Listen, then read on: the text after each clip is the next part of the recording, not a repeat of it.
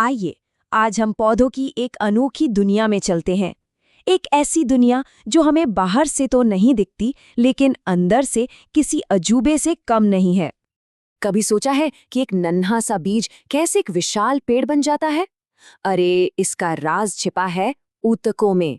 ये असल में खास कोशिकाओं की टीमें हैं जो एक साथ मिलकर काम करती हैं। इसे ऐसे समझिए, जैसे हमारे शरीर में अलग अलग काम के लिए अलग अलग हिस्से होते हैं, ठीक वैसे ही पौधों में भी होता है।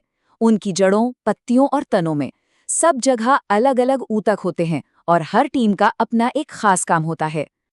तो आज हम क्या क्या देखने वाले हैं? सबसे पहले पौधों की सेलुलर टीमों के बारे में जानेंगे। फिर देखेंगे कि कौन से ऊतक उन्हें बढ़ाते हैं और कौन से उनके लिए काम करते हैं। हम उनके सपोर्ट सिस्टम और ट्रांसपोर्ट सिस्टम को भी समझेंगे और आखिर में देखेंगे कि ये सब मिलकर कैसे काम करते हैं। अब देखिए, पौधों के साथ एक बड़ी अनोखी बात है। उन्हें एक ही समय पर बढ़ना भी है और अपने सारे काम भी करने हैं, और इसी वजह से उन्हें दो बिल्कुल अलग अलग तरह के ऊतकों की जरूरत पड़ती है। तो ये दो टीमें कौन सी हैं? एक तरफ है मेरिस्टेमेटिक ऊतक, यानी ग्रोथ क्रू। इनका काम है बस बढ़ते जाना, निर्माण करते रहना। और दूसरी तरफ है स्थायी ऊतक, यानी ऑपरेशंस क्रू। इनका काम है जो बन गया है उसे संभालना, उसका रख रखाव करना। तो चलिए सबसे पहले इन ग्रोथ क्रूज से मिलते हैं। आखिर ये पौधे बढ़ते कैसे हैं? सारा कमाल इन मेरिस्टेमेटिक ऊतकों का ही है। ये पौधे की असली कंस्ट्रक्शन टीमें हैं। अब इस कंस्ट्रक्शन टीम में भी 3 तरह के एक्सपर्ट्स हैं। सबसे पहले एपिकल, जो पौधे को ऊपर और नीचे से लंबा करते हैं, मतलब जड़ों और तनों की नोक पर काम करते हैं। फिर आते हैं लैटरल, जो पौधे को साइड से मतलब चौड़ाई में बढ़ाते हैं, उसे मोटा करते हैं। और तीसरे हैं इंटरकैलरी, जो कुछ खास हिस्सों को जैसे गन्ने या बांस में गांठों के बीच की जगह को लंबा करते हैं।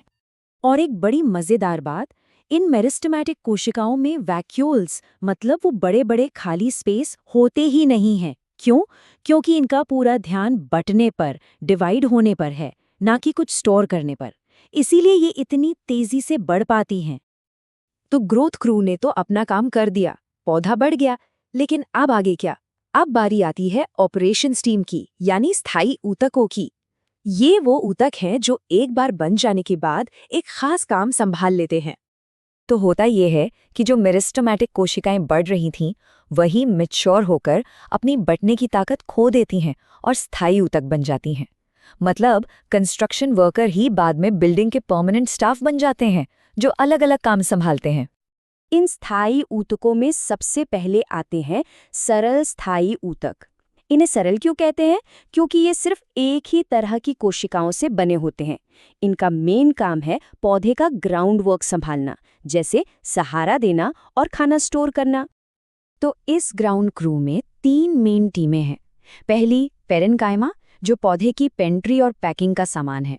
दूसरी कोलेनकाइमा, जो लचीले सपोर्ट बीम की तरह काम करती है। और तीसरी स्क्लेरेनकाइमा, जो पौधे का कंक्रीट और कवच है।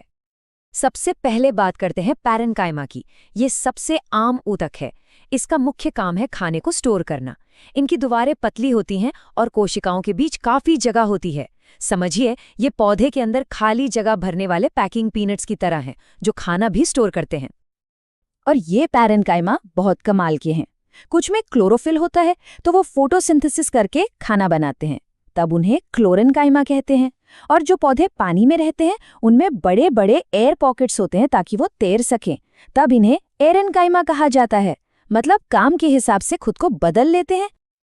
अगला है कोलेनकाइमा। ये पौधे को लचीला सहारा देता है। ये कोशिकाएं जिंदा होती हैं, लंबी होती हैं और कोनों पर मोटी होती हैं। इसी वजह से तो पौधे हवा में बिना टूटे झूम पाते हैं या बेलें आराम से ऊपर चढ़ जाती हैं। और अब आते हैं सबसे सख्त टीम पर, स्क्लेरेनकाइमा। इसका काम है पौधे को कठोरता और मजबूती देना।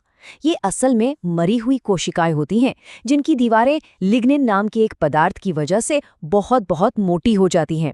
ये पौधे का असली कवच है और इन्हें ढूंढना भी बहुत आसान है। अखरोट का सख्त खोल, नारियल का वो कड़ा रेशा, नाशपाती खाते हुए जो किरकिरापन महसूस होता है, या बीजों के ऊपर का कवर, ये सब स्क्लेरेनकाइमा ही तो है। इसकी मजबूती हम सब ने महसूस की है। तो ये तो हो गया ग्राउंड क्रू, जो सपोर्ट और स्टोरेज का काम करता है। अब बात करते हैं पौधे की प्लम्बिंग और डिलीवरी सिस्टम की। ये काम करते हैं जटिल ऊतक, जो एक तरह से पौधे के अंदर का ट्रांसपोर्ट नेटवर्क है। इस ट्रांसपोर्ट सिस्टम में दो मेन पाइपलाइंस हैं, जाइलम और फ्लोएम। जाइलम का काम है जड़ों से पानी और मिनरल्स को ऊपर पत्तियों तक पहुंचाना। ये एक वन वे ट्रैफिक है, सिर्फ ऊपर की तरफ, और ये ज्यादातर मृत ऊतकों से बना होता है। वहीं दूसरी तरफ है फ्लोएम, जो पत्तियों में बने खाने को यानी शुगर को पौधे के हर हिस्से तक पहुंचाता है जहां भी जरूरत हो। ये ट्रैफिक ऊपर नीचे सब तरफ चलता है और ये ज्यादातर जिंदा ऊतकों से बना होता है। अगर हम जाइलम को और करीब से देखें तो ये 4 तरह के कंपोनेंट से मिलकर बना है: ट्रैकीड्स, वेसल्स, जाइलम फाइबर्स और जाइलम पैरेन्काइमा। और ध्यान देने वाली बात यह है कि इनमें से सिर्फ पैरेन्काइमा ही जिंदा है, बाकी सब मृत कोशिकाएं हैं जो मिलकर खोखली पाइप बनाती हैं।